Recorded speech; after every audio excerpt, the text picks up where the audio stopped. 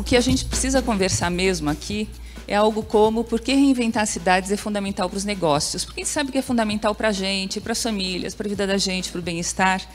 Mas quando a gente vai falar com os negócios, quando a gente vai falar com as grandes empresas, muitas vezes é legal, bacana, cadê os dados, cadê o impacto, cadê o retorno do investimento? Então, essa discussão ainda tem muito o que crescer, e não é só no Brasil, mas aqui é um ponto de atenção para a gente.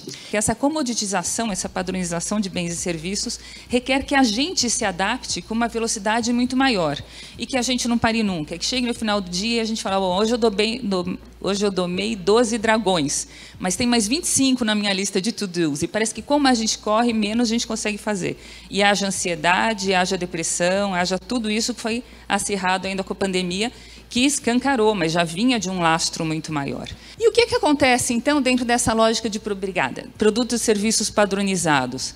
Há um reconhecimento a partir, especialmente, de meados da década de 90, com alguns países com mais sofreguidão, com outros ainda com uma certa resistência, ou uma certa má vontade, enfim, leniência, de reconhecer que, diante dessa transferibilidade em escala global de tecnologia, de informações, de capital, foi ontem. Então, diante desses ativos todos que circulam em escala global e tão facilmente, qual é o único ativo que não circula em massa, que não é transferível e que não é copiável? A criatividade humana.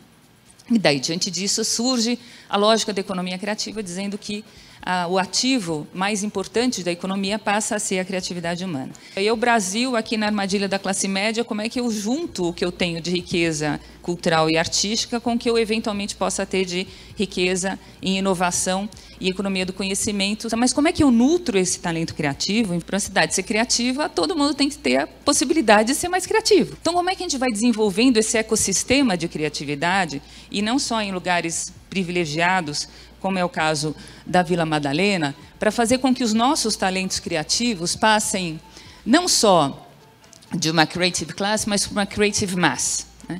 Como é que a gente vai gerando uma possibilidade de fazer com que as pessoas, de modo geral, possam ser mais criativas? Porque talentoso todo mundo é, criativo todo mundo pode ser, mas como é que a gente faz com que todo mundo possa ser mais criativo num país no qual a gente tem pouco investimento em educação de qualidade? Enfim, não preciso falar aqui das mazelas e também não preciso falar de todas as maravilhas que estão no mesmo barco e conhecemos o contexto. Mas a gente perde a oportunidade de trabalhar essa questão de uma forma muito importante quando a gente desconsidera o espaço urbano.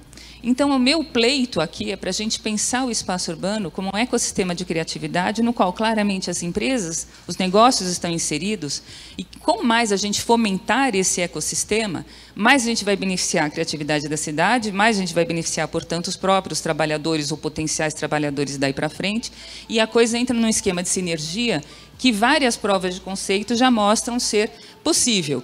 E uma das coisas mais fascinantes que a gente observa é quando as cidades percebem, nessa aliança que fazem do desenvolvimento de talentos, como elas se prestam a trabalhar as tais das habilidades do futuro.